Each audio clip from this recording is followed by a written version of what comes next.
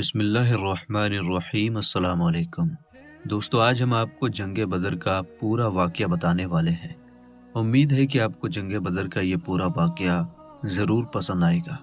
دوستو، حضور پرنور نبی کریم صلی اللہ تعالی علیہ وسلم اپنے 313 صحابہ اکرام رضی اللہ تعالی عنہم کے ساتھ سن 2 ہجری میں مدینہ شریف سے بدر کی جگہ پر پہنچے، جہاں مکہ کے کافروں کے ساتھ مسلمانوں کی ایک مشہور جنگ بدر ہوئی۔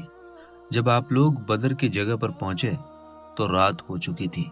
اس وقت عرب کے کافروں کے فکس کیے گئے ٹائم کے مطابق یہ طے ہوا کہ صبح جنگ ہوگی، لہٰذا رات بھر آرام کیا جائے۔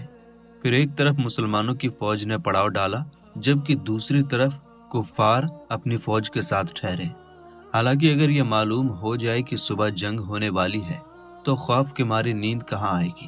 دوسری طرف صحابہ اکرام تو شہادت پانے کی خوشی میں ویسے بھی نہ سو سکے۔ صبح نہ جانے کس کس کی قسمت میں شہید ہونا لکھا ہے۔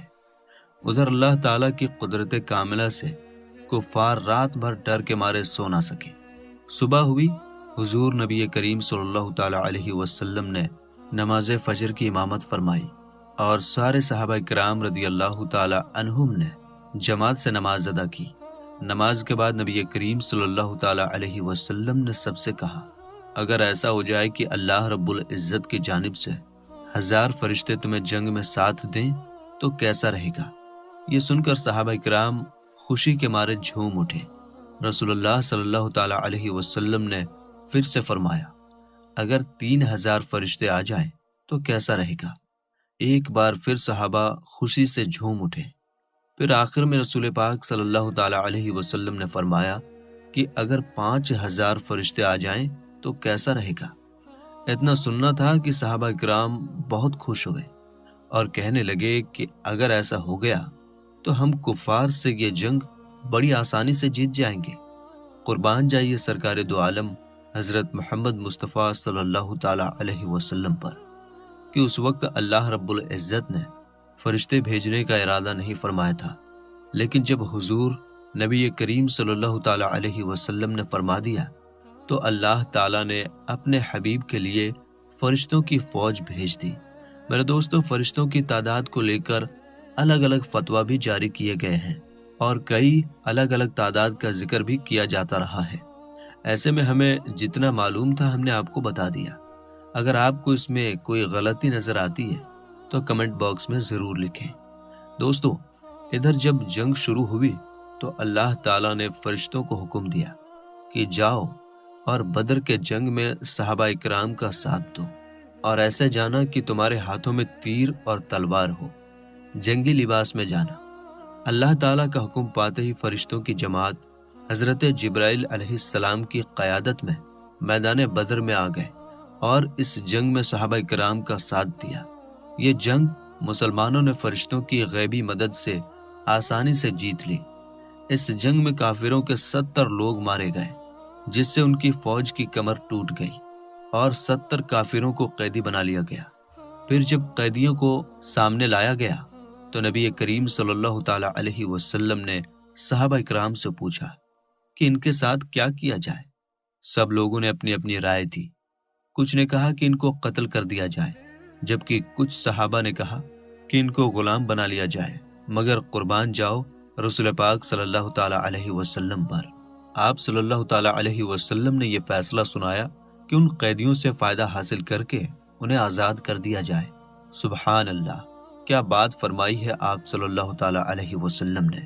لوگ ان کو مارنے کے لیے آتے تھے، لیکن آپ ان پر رحم کھا کر انہیں چھوڑ دیتے تھے۔ جنگ ختم ہونے کے بعد سارے فرشتے واپس چلے گئے اور آپ صلی اللہ تعالی علیہ وسلم نے نماز پڑھائی۔ جب آپ نماز سے فارغ ہوئے تو ایک صحابی نے عرض کیا، یا رسول اللہ صلی اللہ تعالی علیہ وسلم، آپ نماز کے بیچ مسکرا کیوں رہے تھے؟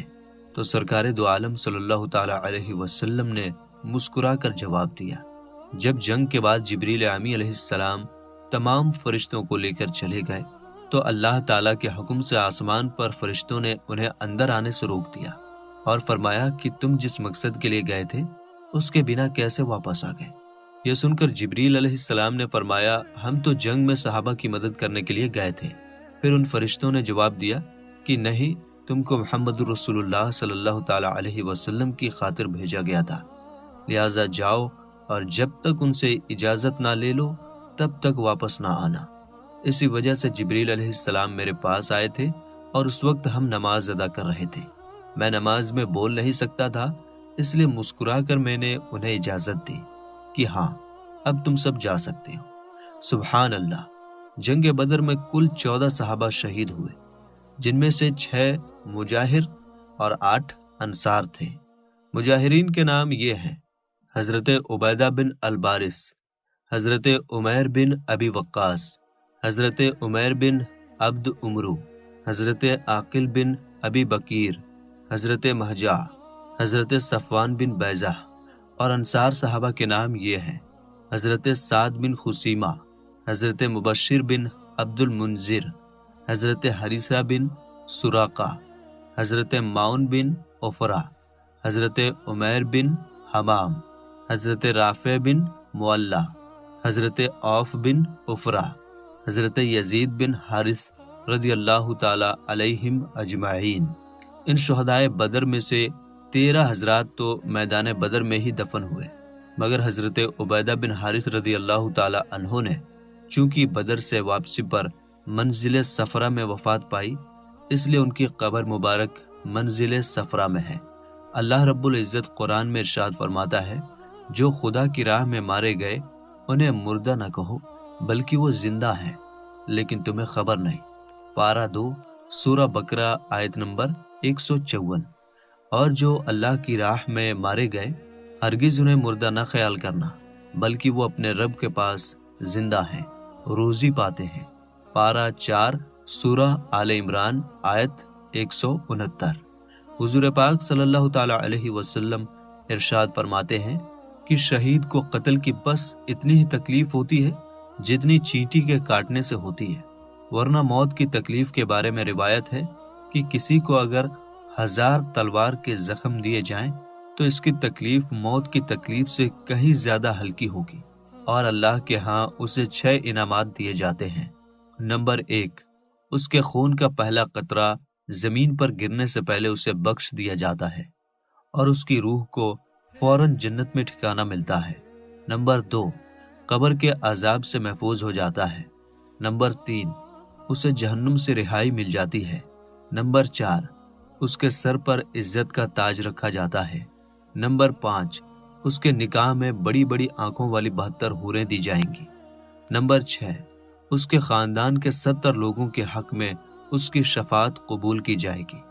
آئیے جانتے ہیں کہ جنگ بدر میں مسلمانوں کے پاس کیا کیا سامان تھا۔